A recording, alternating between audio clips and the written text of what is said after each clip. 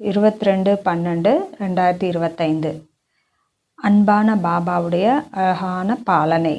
இந்த சிரேஷ்ட பாக்கியம் பிராமணர்களாகிய நாம் அனைவருக்கும் கிடைத்திருக்கிறது. பரமாத்ம பாலனை, தந்தையின் ரூபத்தில் பாலனை, அதன் சொரூபமாகி ஆஸ்தி கொடுக்கிறார். சுப்ரீம் டீச்சர் என்ற ரூபத்தில் படிப்பினால் நம்மை அலங்கரிக்கிறார். சத்குருவாகி வரதானங்களினால் நம் பையை நிரப்புகிறார். தோழராக மாறி துணை நிற்கிறார். தாயாகி தாலாட்டு பாடுகிறார். துணைவனாகி உதவுகிறார். எவ்வளவு பாலனை நமக்கு பரமாத்மாவிடமிருந்து கிடைத்துள்ளது, அன்பான பாபாவிடமிருந்து கிடைத்துள்ளது. இந்த பாலனைக்கு பதில் கைமாறு கொடுக்க வேண்டும் அல்லவா நாம்? 1936 1969 வரை பாபா சாக்கார ரூபத்தில் பாலனை கொடுத்தார். 69 2017 வரை அவ்யக்தமான பிறகும் சாக்காரத்தில் வந்து பாலனை கொடுத்தார். 2018 இதுவரை அவ்யக்த வதனத்தில் இருந்து கொண்டு நாம் அனைவருக்கும் அவ்யக்த பாலனை கொடுத்து கொண்டிருக்கிறார். பாலனையின் சொரூபம் வேண்டுமானால் மாறிக்கொண்டே வந்தது. சாக்காரத்திலிருந்து அவ்யக்தம், அவ்யக்தத்திலிருந்து அவ்யக்தம் ஆகிவிட்டார் பாபா. ஆனால் இப்பொழுது கூட அந்த துணையை நாம் அனுபவம் செய்கிறோம், பாலனையை அனுபவம் செய்கிறோம். பாபா இருக்கிறாரா, இல்லை போய்விட்டாரா? நாம் அனைவரது இதயமும் சொல்கிறது, பாபா நம்முடன் இருக்கிறார், நம் அருகில் உள்ளார். இப்பவும் நமக்கு அழகான பாலனை செய்து கொண்டிருக்கிறார். பலவித ரூபங்களில் 89 வருடங்கள் ஆகிவிட்டன பாபாவின் பாலனையில். இந்த பாலனைக்கும் நாம் ரிட்டர்ன் கொடுக்க வேண்டும். எவ்வளவு அன்பு பாபா நமக்கு கொடுத்தார்! அளவில்லா அன்பு, அன்பு கடல் பாபா நம்மீது சுயநலமில்லாத அன்பை பொழிந்தார். எப்படி சுயநலமில்லாத அன்பு செய்வது என்பதை பகவான் நமக்கு கற்றுக் கொடுத்தார். அவருக்கு என்று எந்த விருப்பமும் இல்லை. கொடுக்க வேண்டும் என்பது மட்டும்தான் இருக்கிறது. என்னுடைய குழந்தை ஆகிவிடட்டும், என் குழந்தைகள் சம்பூர்ணமாகட்டும் என்பது போன்ற சுப விருப்பங்கள் தான் பாபாவுக்கு இருக்கிறது. நாம் அனைவருக்கும் பாபாவின் அன்பின் ஆழமான அனுபவங்கள் இருக்கிறதல்லவா? அன்பினுடைய இந்த அழகான விஷயங்களை நினைக்கும் போது நம் கண்கள் ஈரமாகி விடுகிறது. ஒரு சமயம் நாங்கள் 1995 மெட்டாடோர் ராலி யாத்திரையில் போனோம். அந்த யாத்திரை அபுவிலிருந்து கோவா வரை இருந்தது. 5-6 நாட்களுக்கு பிறகு எங்கள் அனைவரது தொண்டையும் பேச முடியாமல் கட்டிவிட்டது. ஏனென்றால் இதற்கு முன் இவ்வளவு பேசும் பழக்கமில்லை. ஆனால் யாத்திரையில் காலை முதல் மாலை வரை பேச வேண்டும், மேடையில் பேச வேண்டியிருக்கும். அதனால் அனைவரது குரலும் போய்விட்டது, தொண்டை கட்டிவிட்டது, பேசவே முடியவில்லை. நாங்கள் போய் சேர்ந்த இடத்தில் ஒரு சந்தேஷி சகோதரி இருந்தார். அடுத்த நாள் குருவாராகவும் இருந்ததால் போக் வைக்கப்பட்டது. எங்கள் அனைவரையும் பாபா வதனத்தில் இமர்ஜ் செய்து மிக அழகான திருஷ்டி கொடுத்து ஒரு அழகான விஷயத்தையும் சொன்னார். எங்களுக்கு தோன்றியது, குரல் தான் போய்விட்டது, இப்போ என்ன செய்வது? இங்கேயே தங்குவதா, இல்லை முன்னேறி செல்வதா? வெறுமனே செல்வது மட்டும் யாத்திரைக்கு போதாது, சேவைதான் லட்சியம். அப்போது பாபா அன்பாக திருஷ்டி கொடுத்து சந்தேஷி சகோதரிக்கு சொன்னார், அனைவரும் சூடான நீரில் உப்பு போட்டு வாய் கொப்பளிக்க வேண்டும், காகிள் பண்ணணும், அப்போ சரியாகிடும். சந்தேஷி வந்து சொன்னார், உங்களுக்கு பாபா மருந்து சொன்னார். அனைவரையும் இமர்ஜ் செய்து அன்பான திருஷ்டி கொடுத்து சுடுநீரில் உப்பு போட்டு வாய் கொப்பளிக்கவும், காகிள் பண்ணணும் அப்படின்னு சொன்னார். அப்போ சரியாயிடும்னு சொல்லியிருக்காரு. இது ஒரு சின்ன விஷயம்தான். ஆனால் எங்கள் அனைவரது இதயமும் அன்பு பாவனையால் நிரம்பி விட்டது. பாபா எவ்வளவு கவனம் வைக்கிறார், எவ்வளவு கேரிங்காக இருக்கிறார். பாபாவின் பார்வையில் நாம் இல்லை என்பதெல்லாம் கிடையாது. நாம் பாபாவின் முன்னாடி எதிரில் இருக்கிறோம். பாபா நம்மை பார்த்து கொண்டே இருக்கிறார். பாபா நம்முடனேயே இருக்கிறார், அருகிலேயே இருக்கிறார். எவ்வளவு கவனிக்கிறார், எவ்வளவு அன்பு செய்கிறார். நாங்களும் அவர் சொன்ன மாதிரியே வைத்தியம் செய்தோம். இப்படி இது ஒரு நினைவார்த்தம். இது போன்ற எவ்வளவு ஞாபகங்கள் நமது வாழ்வில் உள்ளது. பாபா எதிரில் வந்து யாராவது மூலமாக ஏதாவது ஒரு ரூபத்தில் நாம் அனைவருக்கும் அன்பின் பாலனையின் அழகான அனுபவத்தை ஏற்படுத்தினார். பாபாவின் முரளியில் அவரது அன்பு ஜொலிக்கிறது. பாபா சொல்கிறார், குழந்தைகளே, நீங்கள்தான் என் சொத்து.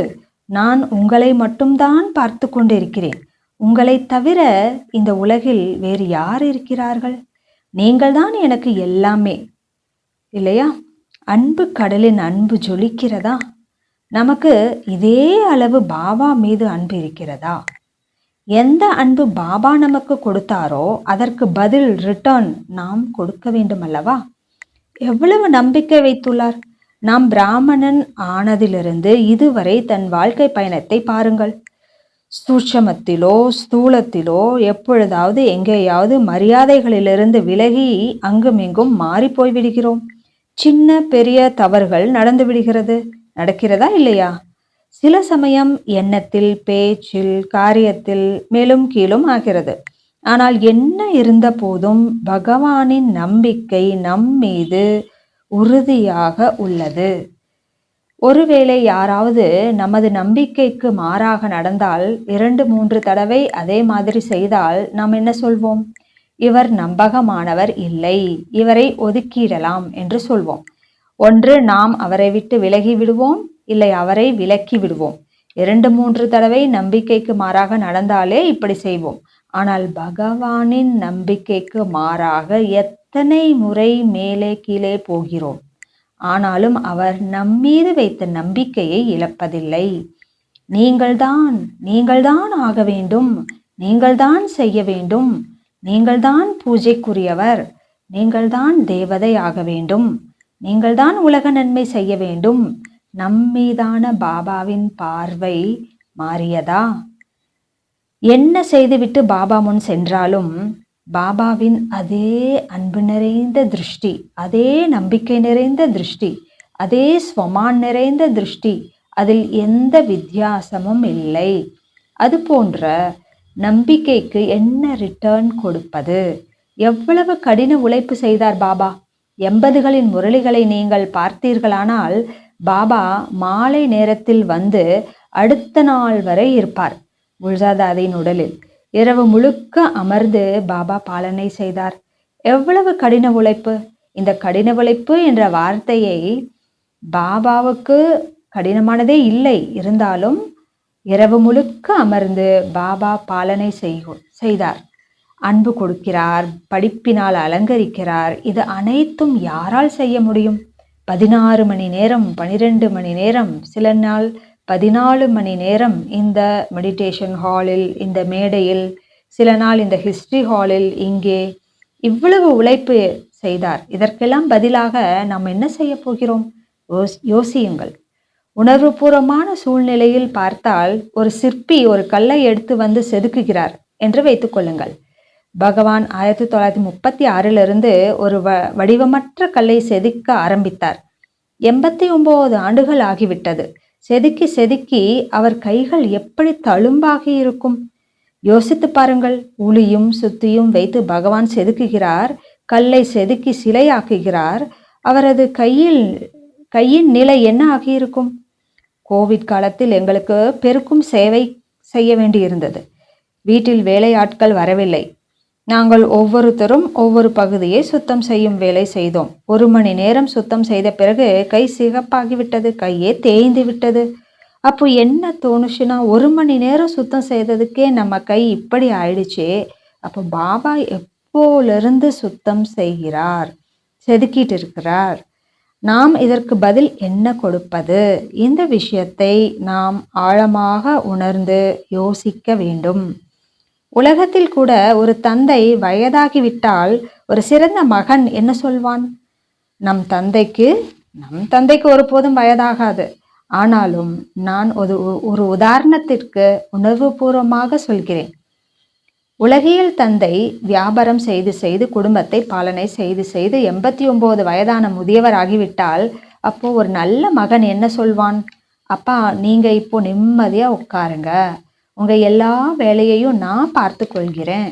இப்போ நீங்க உட்கார்ந்து திருஷ்டி மட்டும் கொடுங்க, நீங்க வழிகாட்டினா போதும், ஆசீர்வாதம் கொடுத்தா போதும், உங்க எல்லா வேலையையும் நாங்க பார்த்துக்கிறோம். அதே போல இங்க மனதார இதை சொல்ல வேண்டும். பாபா நீங்க நிறைய செய்துட்டீங்க, இப்ப நிம்மதியா இருங்க, நாங்க பார்த்துக்கிறோம் என்று இதயத்திலிருந்து வர வேண்டும். 89 வருடங்கள் பகவான் சர்வ சம்பந்தங்களில் எனக்கு அன்பு காட்டினார், பாலனை கொடுத்தார், என் மீது நம்பிக்கை வைத்தார், எனக்காக கடும் முயற்சி செய்தார். இதற்கு பதிலாக நாம் என்ன ரிட்டர்ன் கொடுப்போம் இல்லையா? ரிட்டர்ன் என்ற வார்த்தையையே குறிப்பு ரூபத்தில் நினைவு செய்வோம். ரிட்டர்னில் முதலில் ரிமெம்பரன்ஸ். பாபா சொல்கிறார், குழந்தைகளே நீங்கள் நினைவில் இருங்கள். எந்த முரளியிலும் நினைவு பற்றி சொல்லாத இடமே இருக்காது. மேலும் சொல்கிறார், யார் குறைந்தபட்சம் 8 மணி நேரம் நினைக்கிறார்களோ அவர்கள்தான் என் உதவியாளர்கள். இதுதான் நான் பாபாவுக்கு செய்யும் கைமாறு. நினைவினால் தூய்மை மட்டும் ஆவதில்லை, கூடவே சக்திசாலியாகவும் ஆகிறோம், அவருக்கு சமம் ஆகிறோம். இந்த சிருஷ்டியையும் தூய்மை ஆக்குவதில் உதவி செய்கிறோம். அப்போ நினைவில் இருப்பவர்கள்தான் மிக நல்ல உதவியாளர்கள். வேறு என்ன ரிட்டர்ன் கொடுப்பது? அவருக்கு நம் பணம் அவசியப்படுகிறதா? அவர் நினைத்தால் எந்த ஆளை, பணக்காரரை வேண்டுமானாலும் சாட்சாத்காரம் காட்டி ஒரு சின்ன செய்கை காட்டினால் போதும், தன் எல்லா செல்வத்தையும் இங்கே கொண்டு வந்து கொடுத்து விடுவார். ஆனால் பாபாவுக்கு என்ன ரிட்டர்ன் கைமாறு வேண்டும்? நீ நினைவில் இருந்தால் உன் விகர்மங்கள் விநாசமாகும், கூடவே இயற்கையும் தூய்மையாகும். அநேக ஆத்மாக்களுக்கும் உன் மூலம் பலம் கிடைக்கும். இதுதான் பாபா விரும்புகிறார். அப்போ என் நினைவு யாத்திரை எப்படி இருக்கிறது? நினைவு சார்ட் எப்படி இருக்கு? நினைவில் மூழ்கி இருக்க வேண்டும். பாபா சொல்கிறார், நீங்கள் 2 மணி நேரம் 4 மணி நேரம் மட்டும் யோகா செய்யும் யோகி இல்லை, நீங்கள் யோகி வாழ்க்கையை உடையவர்கள். யோகம் நிறைந்ததாக உங்கள் வாழ்க்கையை ஆக்க வேண்டும். இதைத்தான் கவிஞர் ஒருவர் சொல்லியிருந்தார். கடவுளை அன்பான ரூபத்தில் நினைப்பது மற்றும் அவரை பற்றி தெரிந்து கொள்ள போனால் தானும் அன்பானவர் ஆகிவிடுவோம். அப்படி அன்பான பாபாவின் குழந்தைகள் நாம் இல்லையா? இந்த அளவு அன்பில் மூழ்கி இருக்கும் நிலையைத்தான் பாபா விரும்புகிறார். எப்படி நினைவில் இருப்பது என்று பிளான் செய்ய வேண்டும். நிரந்தர நினைவில் இருப்பது எப்படி? நீங்கள் ஒருவர்தான் எனக்கு வேறு யாரும் சொந்தம் இல்லை என்று பல உறுதிமொழி கொடுத்திருக்கிறோம். மேலும் என்ன வாக்குறுதி? உன்னோடுதான் சாப்பிடுவேன், உன்னோடுதான் விளையாடுவேன், உன்னோடுதான் அமருவேன், உன்னோடுதான் ஒவ்வொரு வேலையையும் செய்வேன், உன்னோடுதான் தூங்குவேன், உன்னைத்தான் பார்ப்பேன், உன் பேச்சை தான் கேட்பேன். இவை அனைத்தையும் நாம் எந்தளவு காப்பாற்றுகிறோம்? அவர்தான் தெரிகிறாரா, இல்லை வேறு யாரும் தெரிகிறார்களா? அவர் சொல்லும் விஷயம்தான் காதில் ஒலிக்கிறதா? அவருடன் தான் அமர்வது, விளையாடுவது, சாப்பிடுவது, தூங்குவது என்ற அனைத்தும் செய்கிறோமா? இல்லை வேறு துணை தேவைப்படுகிறதா? தனிமையில் இருங்கள், தனிமையில் அனைவருடனும் இருங்கள். எப்போ அவருடன் இருப்பீர்களோ அப்போ அனைவரும் உங்களின் துணையை அனுபவம் செய்வார்கள். நீங்கள் இருப்பதை மகிழ்ச்சியாக உணர்வார்கள். நீங்கள் மற்றவர்களுக்கு உதவியாளர் ஆவீர்கள். அதனால் ஒரு பாபா, வேறு யாரும் இல்லை. இந்த மாதிரி அழகான ஸ்திதி, இதுதான் நான் கொடுக்கும் ரிட்டர்ன். இப்படி அன்பில் மூழ்கி நினைப்பது யாருக்கு வரும்? யாருக்கு அவர் மீது அன்பு இருக்கிறதோ அவர்களுக்கு. எவ்வளவு அன்பு ஆழமாக இருக்கிறதோ அவர்களுக்கு நினைவு சகஜமாக இருக்கும். இதற்கு தான் பாபா சொல்கிறார், அன்பு இருந்தால் கஷ்டப்பட தேவையில்லை என்று. நினைவு செய்ய கஷ்டப்பட வேண்டியிருக்கிறது என்றால் அப்பொழுது கண்டிப்பாக என்னுடைய அன்பு வேறு எங்கேயாவது இணைந்திருக்கிறது என்று அர்த்தம். அது மனிதர்களாக இருக்கலாம், பொருள்களாக இருக்கலாம், வைபவங்களாக இருக்கலாம், இல்லை விஷயங்களாக இருக்கலாம். எதில் என்பதை பார்த்து கொள்ளுங்கள். அன்பு ஒருவரிடம் ஏற்படுகிறதென்றால் அந்த அன்பு மூழ்க வைக்கும். 2 அன்பானவர்களை பாருங்கள். நாள் முழுக்க இருவரும் அமர்ந்து பேசுவார்கள். அவர்கள் பீச், பார்க், இப்படி எல்லா இடத்திலேயும் கூடவே இருக்க விரும்புவார்கள். ஒருவர் இன்னொருவரை பார்க்க, பேச பிடிக்கும். எதுவும் செய்யலைன்னா பரவாயில்லை, பக்கத்தில் உட்கார்ந்து பார்த்துட்டே இருப்பாங்க. அன்புல அவ்வளோ சக்தி இருக்கு, அன்புல ஈர்ப்பு இருக்கு. அப்போ அந்த அளவு ஆழமான அன்பு பகவான் கிட்ட இருக்கா? அவரையே பார்த்துட்டே இருப்பேன், அவர் சொல்றத கேட்டுக்கிட்டே இருப்பேன், ஒவ்வொரு காரியம் அவர் கூடவே செய்வேன். யார் பிரியமானவர்களோ அவர்களுக்கு ஃபோன் பண்ணி எல்லா விஷயத்தையும் சொல்லுவாங்க. நீங்கள் மதுபனில் இருந்துட்டு உங்கள் பிடிச்சவங்களுக்கு ஃபோனில் சொல்லுவீங்க இல்லையா, மதுபனில் இது நடக்குது அது நடக்குது. அது மாதிரி பாபாவுக்கு ஃபோன் பண்ணுறோமா, பாபா கிட்ட பேசுகிறோமா, மற்றவங்க கிட்ட பேசுகிறோம், அவர்கிட்ட பேசுகிறோமா? இது நம்ம செய்யணும். ரிமெம்பரன்ஸ், நினைவு, அன்புல மூழ்கணும். இதற்கு தான் பாபா சொல்கிறாரு நிரந்தர நினைவு இருக்கணும். அதற்கு 3P அல்லது 4P ஞாபகம் வைக்கணும். P அப்படின்னா பியார், அன்பு. இரண்டாவது பிராப்திகள், எவ்வளவு பிராப்திகளை நினைவு செய்கிறோமோ அவ்வளவு அன்புல மூழ்கி இருப்போம். மூணாவது P வந்து பிளானிங், எப்படி மூழ்குவது என்று பிளான் செய்யணும். நாலாவது P வந்து பிராக்டிஸ், எவ்வளவு அன்பு இருக்கோ, எவ்வளவு பிராப்திகளை நினைக்கிறோமோ, எந்த அளவு நல்லா பிளானிங் பண்ணுறோமோ நினைவில் இருக்கிறதுக்கு, எவ்வளோ ப்ராக்டிஸ் பண்ணுறோமோ அவ்வளவு அதிகமாக நம்ம நிரந்தர நினைவில் இருக்க முடியும். இதை நம்ம லட்சியமாக ஆக்கணும். இந்த கைமாறு ரிட்டர்ன் பாபா நம்ம கிட்ட விரும்புகிறாரு. குழந்தைகள் நினைவில் மூழ்கி போயிடணும், நினைவில் கரைஞ்சு போயிடணும். மக்கள் என்னை பார்த்தா நான் தெரியவே வரக்கூடாது, அவர்தான் தெரியணும். இதுதான் அன்பின் சுரூபம். எப்படி பக்தியில் காட்டுறாங்க? ஒரு கோபிகை குளத்து கரையில் உட்கார்ந்து கிருஷ்ணரை நினைச்சா, அந்த குளத்துல கிருஷ்ணர் உருவம் தெரிஞ்சது. அவ்வளவு மூழ்கி இருந்தாங்க அந்த கோபிகை.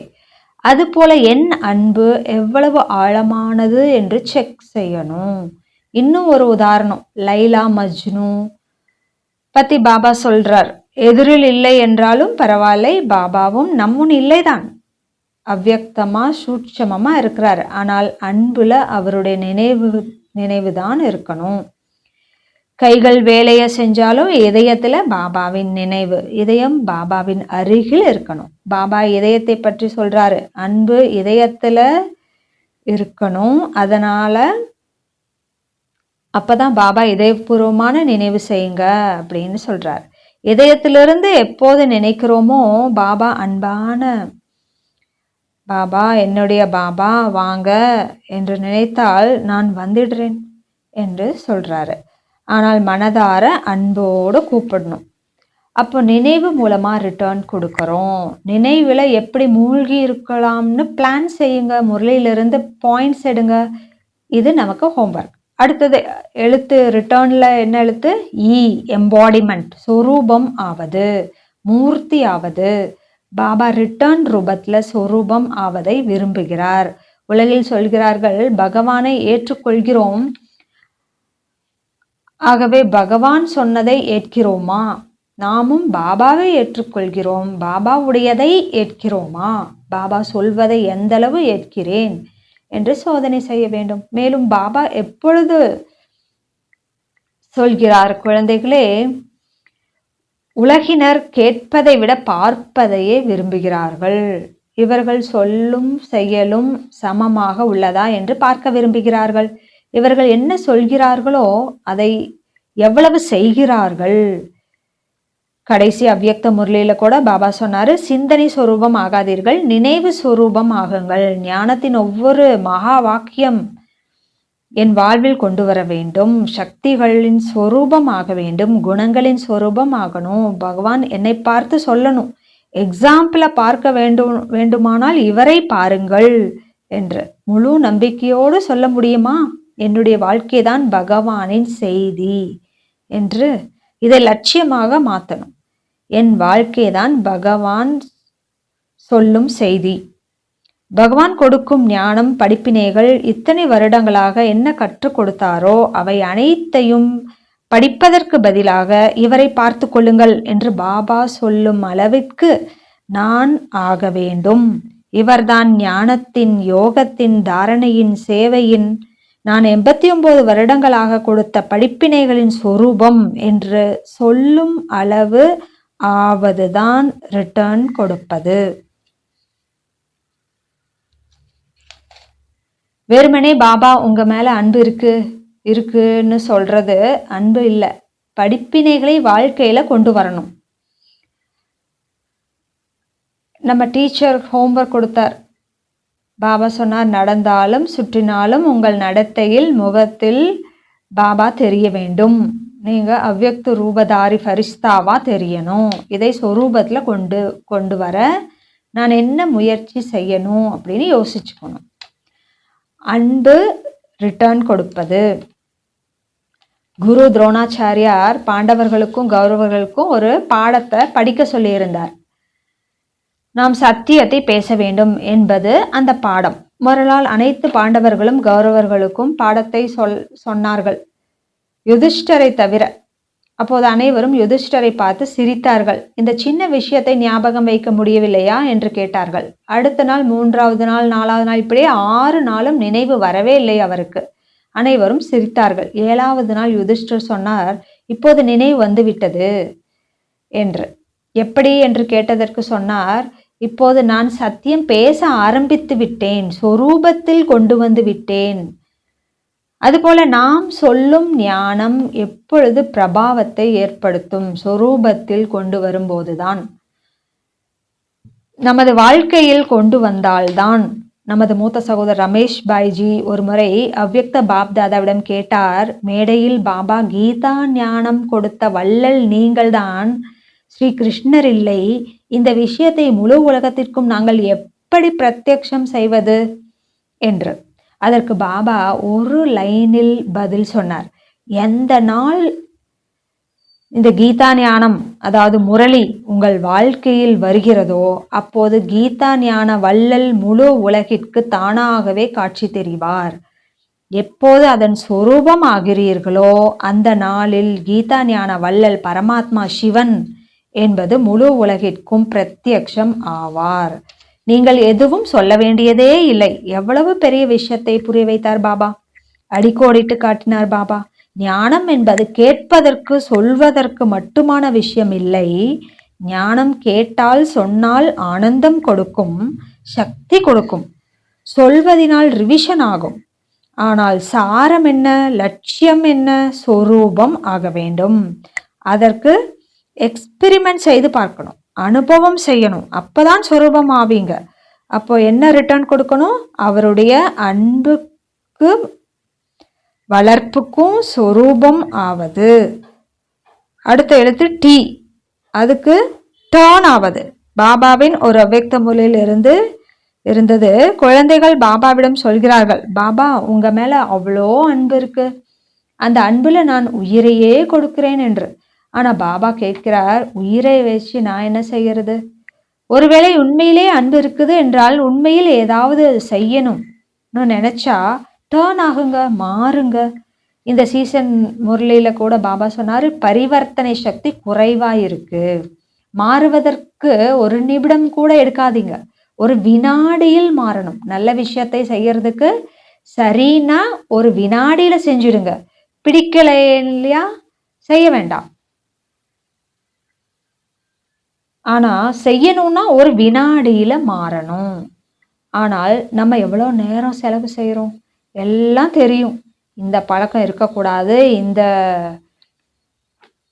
சம்ஸ்காரம், இந்த விஷயம் இருக்கக்கூடாது என்று.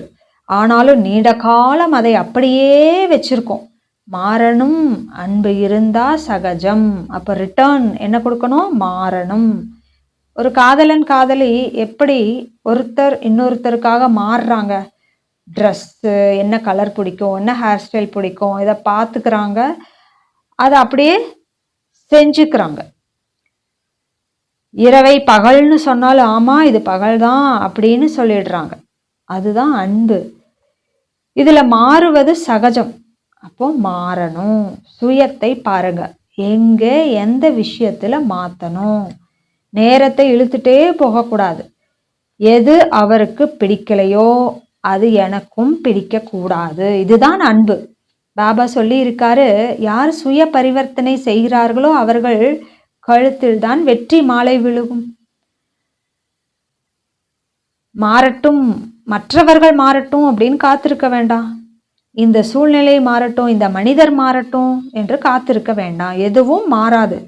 அவர்கள் மாறட்டும் என்று காத்திருந்தால் பாபா சொல்கிறார், அவர்கள் மாற மாட்டார்கள். அப்ப நீயும் மாற மாட்ட. சுய மாற்றத்தின் மூலம்தான் உலக மாற்றம் என்பதுதான் நம் ஸ்லோகன். பகவான் நமக்கு இதைத்தான் கற்றுக் கொடுத்தார். அப்போ சுயத்தை செக் செய்வது 2-3 விஷயங்கள் லிஸ்ட் போட்டு வைக்கணும். மேலும் ஏன் மாற்ற முடியவில்லை? ஏன்னா மற்றவர்களை பார்த்து கொண்டு இருக்கிறோம். இவர்களும் இந்த வருடங்களாக, இத்தனை வருடங்களாக ஞானத்தில் இருந்தும் இன்னும் மாறலையே என்ற போது நம்மால் எப்படி மாற முடியும்? இல்லை, நமக்கு இவ்வளவு நேரம் கிடைக்கும் என்று நினைக்கிறோம். இவங்களுக்கு கிடைச்சி இவ்வளவு நேரமும் எனக்கும் கிடைக்கும் அப்படின்னு நினைக்கிறோம். இல்லை, நாம் செய்வது சரி என்று நினைத்து கொண்டிருப்போம். அப்பவும் மாற முடியாது. சோம்பேறித்தனமும் கவனக்குறைவும் மிக முக்கிய காரணம். இவை அனைத்தையும் ஓரமாக வைத்துவிட்டு நான் மாற வேண்டும், இதை பக்கா செய்யணும். அன்பை, ஞானத்தை, யோகத்தை ஆதாரமாக வைத்து மாற வேண்டும். இவை அனைத்தும் மாறுவதில் உதவி செய்யும். மேலும் எது செய்ய வேண்டுமோ அதை இந்த நொடியில் செய்ய வேண்டும். நாளை நாளை என்று சொல்பவர் ஒருபோதும் மாற மாட்டார்கள். அதற்குத்தான் பாபா ஒரு ஸ்லோகன் கொடுத்திருக்கிறார். இப்பொழுதிலேயே எப்பொழுதும் இல்லை. மதுபனில் உட்கார்ந்து இருக்கீங்க, இல்லை எங்க இருக்கீங்களோ உட்கார்ந்த இடத்துலயே சங்கல்பம் செய்யுங்க. இப்ப நான் மாறணும். அன்புல சுயத்தை மாற்றி எப்படி பாபா நான் இருக்கணும்னு விரும்புகிறாரோ, பார்க்க ஆசைப்படுகிறாரோ அது மாதிரி ஆகணும். இதுதான் அன்புக்கு ரிட்டர்ன். பாபா உங்களுக்கு எது பிடிக்குமோ அதுதான் என் சிந்தனையில், பேச்சில், காரியத்தில், சம்ஸ்காரத்தில், வாழ்க்கையில் இருக்கு. எது உங்களுக்கு பிடிக்கலையோ அதை வெளியேற்றணும். கெட் அவுட் பண்ணுங்க. காரணத்தை நிவாரணமா, பிரச்சனையை சமாதானமா, கவலையை சிந்தனையா, காமத்தின் அம்சத்தை சுப விருப்பமா, கோபத்தின் அம்சத்தை யோக அக்னியில மாற்றம் செய்யணும். பார்க்கணும் தனிப்பட்ட முறையில எதை நான் மாற்றணும் அப்படின்னு. அடுத்தது எழுத்து யூ. ரிட்டர்னில் அடுத்த எழுத்து யூ. அன்ஷேக்கபிள் ஸ்டேஜ், முற்றிலும் ஆடாத அசையாத நிலை. இதன் நினைவு சின்னம் அச்சல்கர், அங்கதன் நினைவு சின்னம் நம்முடையது. இந்த கலியுகத்தில் இருந்துட்டும் நம்ம ஏதாவது செய்துட்டு போயிருந்தோம், அதனால தான் நினைவு சின்னம் இருக்கு. அங்கதன் ராவனுடைய தர்பார்ல போயிட்டு கால் பதிச்சு சொல்றான், யாராவது அசைச்சு காட்டுங்க அப்படின்னு. யார் அந்த அங்கதன்? நாம் தானே. அப்ப யாராலும் அசைக்கவே முடியல. நான் தான் அது. அந்த அங்கதன் கால் பதிச்சா நாம் என்ன பண்றோம்? நாம புத்தி என்ற காலை நினைவுல, தாரணையில, மரியாதைகளில் பதிக்கணும். அதை யாராலும் அசைக்க முடியாதபடி. மாயாவி உலகத்தின் எப்பேற்பட்ட மகாரதிகள் வந்தாலும் அசைக்க முடியாததா இருக்கணும். எந்த ஆதாரத்துல கால் பதிச்சோம்? நம்பிக்கை. ஒருத்தர் மேல நம்பிக்கை, பகவான் மேல, ஒரு ராமர் மேல. ராமரின் சக்தி என்னுடன் இருக்கு, யாராலும் எனது நம்பிக்கை என்ற காலை அசைக்க முடியாது. எந்த அளவுக்கு பாபா மீது சர்வசக்திவான் என்னுடன் இருக்கார் என்று நம்புறோமோ அந்த அளவுக்கு ஆடாத அசையாத நிலையில் இருப்போம். இல்லைன்னா சின்ன சின்ன விஷயத்துல ஆடி போயிடுவோம். ஏதாவது சூழ்நிலையில், இல்லைன்னா நோய் வந்தா உடனே சொல்றோம், பாபா இது என்ன ஆகும், சரியாகுமா இல்லையா என்று. எங்கே போச்சு உங்க நிச்சயம்? பகவான் என்னுடன் இருக்காரு. மேலும் என்ன சொல்லி இருக்காரு? முழு உலகமுமே திரண்டு உங்களை எதிர்த்தாலும் பகவான் ஒருத்தர் நம் பக்கம் இருந்தா வெற்றி யாருக்கு? நமக்கு தான். அவ்வளவு நிச்சயம் இருந்தாதான் நாம் ஆடாது அசையாது இருக்க முடியும். வேறு யாரையும் உங்க ஆதாரமா வைக்காதீங்க பகவானை தவிர. ஒரு புதுமண தம்பதி யாத்திரை போனாங்க. படகுல சவாரி செஞ்சாங்க. புயல் வந்துச்சு. எல்லாரும் பயந்துட்டாங்க, அந்த படகுல இருந்தவங்க எல்லாரும். அந்த கணவர் மட்டும் பயப்படாம இருந்தார். இந்த மனைவியோ அப்படி எல்லாரும் கூட சேர்ந்து பயப்பட்டு கத்துறாங்க. ஆனா இவரை பார்த்தா, கணவரை பார்த்தா பயப்படாம இருக்கார். அப்ப அந்த மனைவி கேட்டாங்க, எப்படி நீங்க மட்டும் பயப்படாம இருக்கீங்க அப்படின்னு. அப்ப அந்த கணவர் தன் வாளை எடுத்து மனைவி கழுத்துல வச்சார். இப்போ உனக்கு பயமா இருக்கா அப்படின்னு கேட்டார். அதுக்கு அவங்க, உங்க மேல எனக்கு நம்பிக்கை இருக்கு, நீங்க என் மேல அன்பு வச்சிருக்கீங்க, என்னை கொல்ல மாட்டீங்க அப்படின்னு சொன்னான். அதற்கு அந்த கணவர் சொன்னாரு, அதே மாதிரிதான் கடவுள் மீது எனக்கு நம்பிக்கை நிச்சயம் இருக்குது.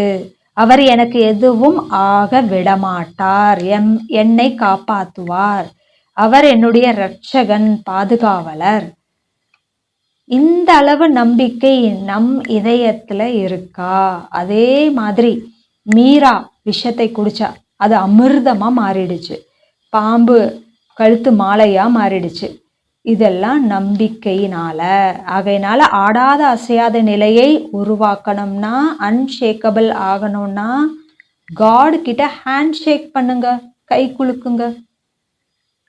தன் கையை அவர் கையில் ஒப்படைச்சிட்டு கவலை இல்லாம இருங்க. உலகில் கூட சொல்லுவாங்க, பகவான் கிட்ட கை குலுக்கி ஃப்ரெண்ட்ஷிப் நல்ல உறவு வச்சிருந்தா யாருடைய காலையும் நம்ம விழ வேண்டி இருக்காது, காலை பிடிக்க வேண்டி இருக்காது. அப்போ அவர்கிட்ட முழு நம்பிக்கை வைக்கிறது, அதுதான் நம்ம பாபாக்கு கொடுக்குற ரிட்டர்ன். அதை தான் பாபா விரும்புறாரு. பகவானுடைய குழந்தை சின்ன விஷயத்துல ஆடி அசைஞ்சிட்டு இருக்கிறது அவருக்கு நல்லா இருக்குமா? நான் சர்வசக்திவான் எங்கே, என் குழந்தை இவ்வளவு பலவீனமா இருக்கிறதா? ஒரு சின்ன உதாரணம், உங்க ரூமுக்கு போறீங்க, உங்க பெட்ல யாரோ ஒரு மாத்தா தூங்கிட்டு இருக்காங்க. உடனே ஊன்னு கத்துறது, உங்க ஸ்திதியை கெடுத்துக்கிறது அப்படி கூடாது. இன்னொரு உதாரணம், உங்க மொபைல் தொலைஞ்சிருச்சுன்னா உங்க ஸ்திதி டவுன் ஆகிறது, இதெல்லாம் கூடாது. முழு உலகமுமே தொலைஞ்ச மாதிரி இருப்பாங்க, அப்படி கூடாது. சரியா? அந்த ஒருத்தரை ஆதாரம் ஆக்குங்க பகவான. அப்பதான் நம்ம அன்ஷேக்கபிள் ஆவோம். அடுத்தது ஆன்மீகத்தன்மை, ராயல்ட்டியை நம்ம கிட்ட பார்க்க விரும்புறாரு. பாபா சொல்றாரு, என்னுடைய ஒவ்வொரு குழந்தையும் நடமாடும் மியூசியம் ஆகணும். மக்கள் நம்மை பார்த்தா நாம் சாதாரணமா தெரியக்கூடாது, அல்லாவின் மக்களா தெரியணும், பரிஸ்தாக்களா தெரியணும். மக்கள் நம்மை பார்த்து நினைக்கணும், பகவானின் படைப்பான இவங்களே இப்படி அழகா சிரேஷ்டமா இருக்கும்போது படைத்தவர் அவர் எவ்வளவு அழகா உயர்வா இருப்பாரு அப்படின்னு சொல்லணும். யார் இவங்க, இப்படி யார் இவங்களை இப்படி மாத்துனாங்க, இப்படி அழகாக்குனாங்க அப்படின்னு நினைக்கணும். அப்போதான் என் முகம் நடவடிக்கை மூலமா சேவை நடக்கும். முகத்தில் அழகான புன்சிரிப்பு, ஆன்மீகத்தன்மை இருக்கணும். பாபா போன சீசன் முரளியில சொன்னாரு, பாபாவை பிரத்யக்ஷம் பண்ணணும்னா முகத்துல புன்சிரிப்பு எப்பவுமே இருக்கணும், ஆன்மீகத்தன்மை இருக்கணும், அலௌகீகத்தன்மை ராயல்ட்டி இருக்கணும், நடவடிக்கையில பேச்சில் ராயல்ட்டி இருக்கணும். பாபா சொல்றாரு, ராயல் மக்களின் கண்கள் எங்கேயும் அலையாது மாட்டாது. சாப்பிட்ற பொருள் பார்த்து கண்ணும் மனதும் அசைதுனா அது ராயல்ட்டி இல்லை. ராயல் மக்கள் ரொம்ப குறைவா பேசுவாங்க. நான் தொடர்ந்து தேவையில்லாததை பேசுறது ராயல்ட்டி இல்லை. பாபா சொல்றாரு, யாருடைய பர்சனாலிட்டி வெளியே சாதாரணமா இருந்தாலும் ஆன்மீக பர்சனாலிட்டியில நீங்க நம்பர் 1 இருக்கீங்க. ஏன்னா சுயம் பகவான் உங்க ஆன்மீக பர்சனாலிட்டியை உருவாக்குகிறார். இந்த போதையில் இருங்க. எந்த அளவு ஆத்மா என்ற நினைவில் இருப்போமோ அந்த அளவுக்கு ஆன்மீக நிலை வரும். அதனாலதான் பாபா ஒவ்வொரு முரளிலையும் சொல்றாரு, ஆத்மா ஆகுங்க, ஆத்மா ஆகுங்க. எவ்வளவு நான் ஆத்மா நினைவில் இருந்து ஆத்மாவை பார்க்கிறேனோ அந்த அளவு எனக்குள்ள ஆன்மீகத்தன்மை வரும். மேலும் நமது குலத்தின் நினைவு, நான் ஈஸ்வரிய குலத்தின் மகான் ஆத்மா, தெய்வீக குலத்தின் சிரேஷ்ட ஆத்மா என்ற நினைவு இருக்க இருக்க எனக்குள்ள ராயல்ட்டி வரும். பகவானின் குழந்தை எவ்வளவு ராயலா கௌரவமா இருக்கணும்.